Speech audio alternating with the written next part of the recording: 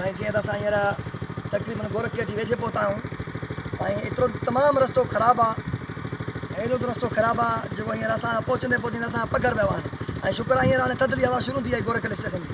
हीअ पंहिंजे सिंध जो कोह मरिया आहे। हिन रस्तो ॾिसो तव्हां केतिरो ख़तरनाक रस्तो आहे।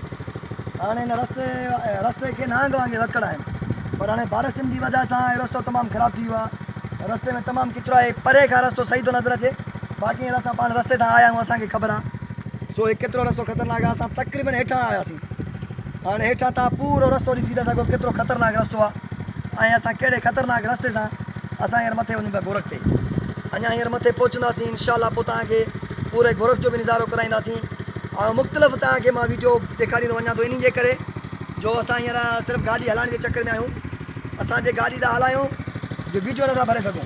सो तॾहिं जे करे असांखे मजबूरन गाॾी खे बीहारणा था पवनि, गाॾी खे भरे खणी पोइ वरी मां वीडियो रिकॉर्ड थो कयां। इन जे करे दोस्तनि खे ॾेखारण जे लाइ, तव्हांखे ॾेखारण जे लाइ, ताकी तव्हां बि ॾिसो गोरखल स्टेशन खे अञा मथे इंशाअल्लाह तव्हांखे फुल नज़ारा गोरखल स्टेशन जा ॾेखारबा ऐं ॾेखारबा उते कहिड़ियूं सहूलियतूं आहिनि, कहिड़ियूं तकलीफ़ूं आहिनि।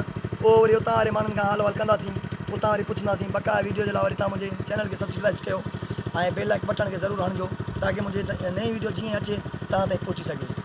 केतिरे